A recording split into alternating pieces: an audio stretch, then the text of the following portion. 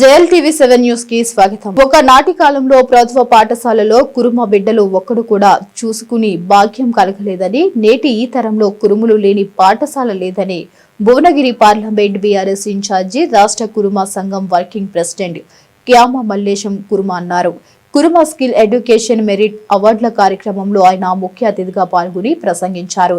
ఉద్యోగులలో కూడా ఆనాడు ఒక్కనొక ఉద్యోగి కానిస్టేబుల్ కురుమ సామాజిక వర్గానికి చెందిన వారుండగా మరి ఈనాడు అనేక రంగాల్లో ఉద్యోగాలు సాధిస్తున్నారని అనేక విషయాలు క్యామ మల్లేశం కురుమ వివరించారు. గ్రూప్ 1, గ్రూప్ 2లో ర్యాంకులు సాధించి ఉన్నత పదవులు పొందారని తెలిపారు. మరి ఆయన మాటల్లోనే వినాల్సిందే. మెరిట్ అవార్డు అందుకోవడానికి విచ్చేసిన నా కుల సోదరులు చిరంజీవులందరికీ నా హృదయపూర్వక నమస్కారాలు.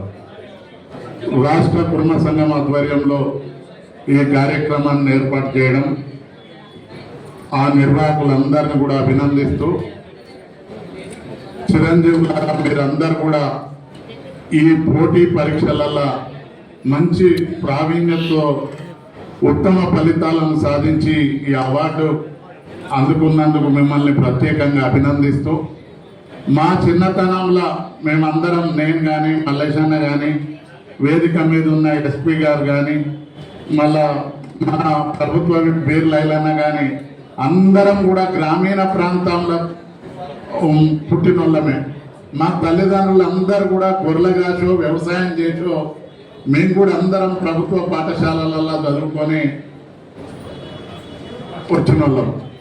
కానీ మేము చదువుకున్న రోజుల్లో మేము ఒక స్కూల్లో చదువుతుంటే మన కమ్యూనిటీ వాళ్ళు ఎవరు కూడా ఉండకపోయేది, ఒకరో ఇద్దరు ఉండేది.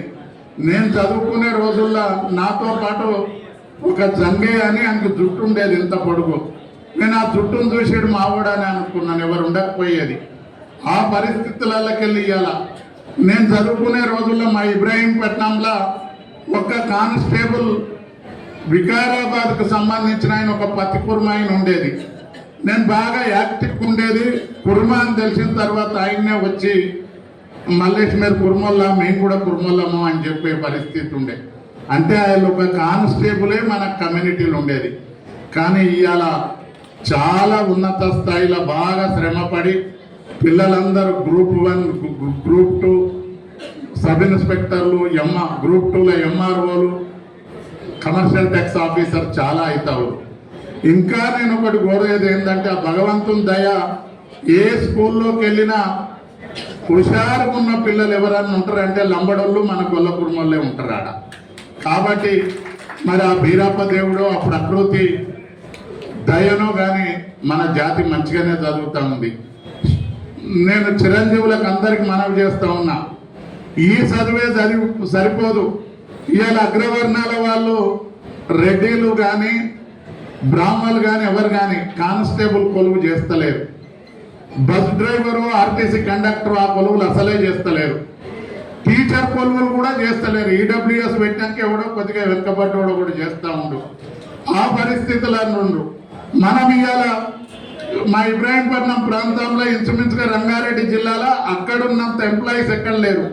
ఏం ఎంప్లాయీస్ ఉన్నాయా అంటే కానిస్టేబుల్, టీచర్లు, ఇంకా ఇతరత్ర క్లరికల్ ఉద్యోగాలు ఉన్నాయి. కానీ ఈ స్పీడ్ మనకి ఇంకా సరిపోదు. మన స్పీడ్ 50 పెరిగితే అంత 70 ఉంటుంది, అంత 90, మన 50కి వెళ్ళి 60 అయితే అంత 70కి వెళ్ళి 90 అవుతుంది. ఇంకా మీకు చేతులు ఎత్తి నేను నమస్కరించి చెప్తా ఉన్నా, నా బిడ్డల్లాగానే మిమ్మల్ని అందరినీ కూడా అభినందిస్తూ, ఇంకా స్పీడ్ కావాలి. అయినప్పుడే మనం సమాజంలో ముందుకు పోతాం. పోటీ సమాజం. ఇవాళ భారత రాజ్యాంగం మడుము బంగారం కన్నా మాసం ఎత్త అధికారం గొప్పది.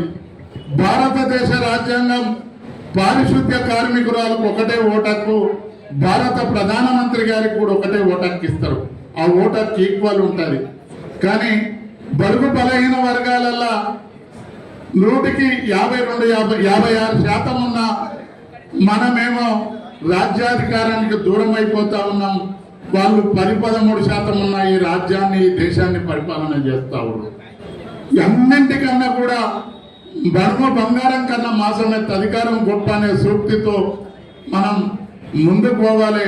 దానికి అన్నిటికి కూడా వెనుక ఉపయోగపడేది విద్యనే. కాబట్టి ఈ చిన్నారులను అందరినీ కూడా నేను మనవి చేస్తా ఉన్నా, మీకు ఎక్కడ పోటీ తగ్గకుండా మీరు ఇంకా కష్టపడి చదివినాడే మన జాతి మన గౌరవం పెరుగుతుంది. కాబట్టి మీకు అందరికి కూడా నా చిన్న సలహా, మీరందరూ కూడా ప్రతి టైంను కూడా వదలకుండా కల్కా కామ్ ఆజ్ కరో ఆజ్గా కామ్ అబ్ కరో అన్న సిద్ధాంతంతో మీరు బాగా కష్టపడి చదివి మన జాతి గౌరవాన్ని నిలబెట్టాలి. మేము హైదరాబాద్లో ఎప్పుడన్నా కుర్మ సంఘంకు చిన్నగున్నప్పుడు వస్తే, హైదరాబాద్లో ఉన్న కుర్మ సంఘం ఈ బిల్డింగ్ అప్పుడు పాతది ఉండే, మళ్ళీ మలేషియా వచ్చినాక ఇది కూలిపోయిందని కట్టించిండు. అప్పుడు మేము వస్తే హైదరాబాద్లో ఉన్న కుర్మలు పట్టు నైట్ షర్ట్లు వేసుకొని నెవరు టోపీలు పెట్టుకొని మార్వాడులలాగా ఉండేది. పాప వాళ్ళు ఇంకా అన్నీ ఉండరు. మన గ్రామీణ ప్రాంతాలలో గుండ్రగా చెట్టోళ్ళు కూడా సర్పంచ్లు అయ్యారు, ఎంపీపీలు అయ్యారు, జడ్పీటీసీలు అయ్యారు. మనోరన్న కూడా 89 బ్యాచ్ల చేవెళ్ళకి వెళ్ళి సబ్ ఇన్స్పెక్టర్. ఆయన మన కుర్మల దాంట్లో ఒకడే ఒక సబ్ ఇన్స్పెక్టర్ ఉండే.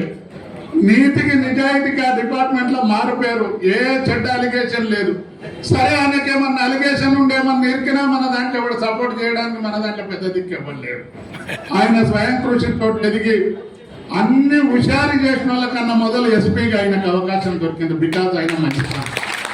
కాబట్టి మనం ఏమన్నా ఇబ్బందులలో పడ్డా ఇంకా లాక్కు రావడానికి ఇప్పుడు ఒక ఎమ్మెల్యే గారు ఎవరు మల్లేష్ అన్న ఎమ్మెల్సీగా మాజీ అయిపోయారు. నేను 2 సార్లు పోటీ చేసినా నాకు గెలిచే అదృష్టం రాలేదు. కాబట్టి మీరందరూ కూడా విద్యాబుద్ధులు మంచిగా నేర్చుకొని ఇంకా ముందుకు పోవాలి. ఎవరు ఏ గరీబులు పిల్లలు ఎవరన్నా ఎంబీబీఎస్ ఇంకేదన్నా ఉన్నత చదువులకు పోతే వసతి లేని వాళ్ళకి ఎవరన్నా వచ్చినా సంఘం సహకరిస్తుంది.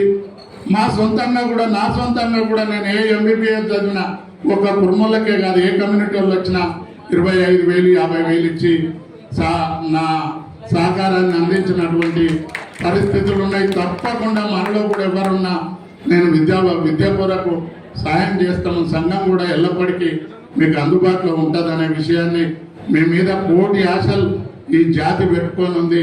మీరు అందరూ కూడా కష్టపడి చదువుకోవాలని కోరుకుంటూ సెలవు తీసుకుంటున్నాను. జై హింద్, జై కుర్మా.